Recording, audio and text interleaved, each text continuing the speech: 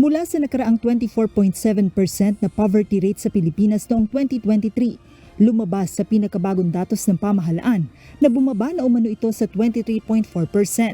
Nabawasan umano ito ng nasa 1.3% o katumbas ng nasa 11 milyon ng mga mahihirap na pamilyang Pilipino. Ayon kay Presidential Advisor for Poverty Alleviation Secretary Larry Gadon, marami sa mga Pilipino ang nagkaroon na ng trabaho mula nang alisin ng pamahalaan ang ipinatutupad na lockdown noong panahon ng pandemya. Bukod pa rito, nakatulong rin aniya ang pagtutok ni Pangulong Ferdinand Marcos Jr. sa mga proyekto at programa na makatutulong sa paglago ng ekonomiya ng bansa upang maibsan ang problema sa kahirapan. Pero sa kabila ng katotohanan na mayroon pa ring mga pamilyang Pilipino ang lubog sa hirap, para kay Secretary Gadon, haka-haka lang umano ang mga nagsasabi na sila ay mahirap.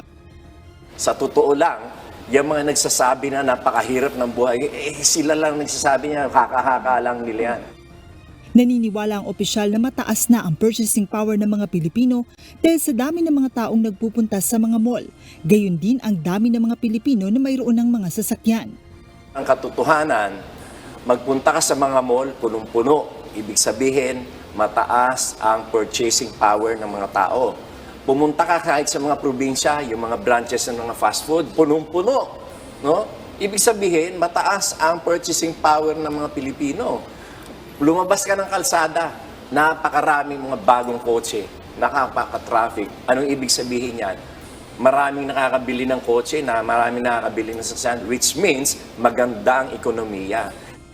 Nauna nang ipinangako ni Pangulong Ferdinand Marcos Jr. sa kanyang unang State of the Nation Address o SONA na target niyang maabot ang 9% o single digit ng poverty rate sa bansa bago matapos ang kanyang termino sa 2028. Joan Nano, UNTV News and Rescue. Diyos ang aming sandigan, serbisyo publiko ang aming pinahahalagahan.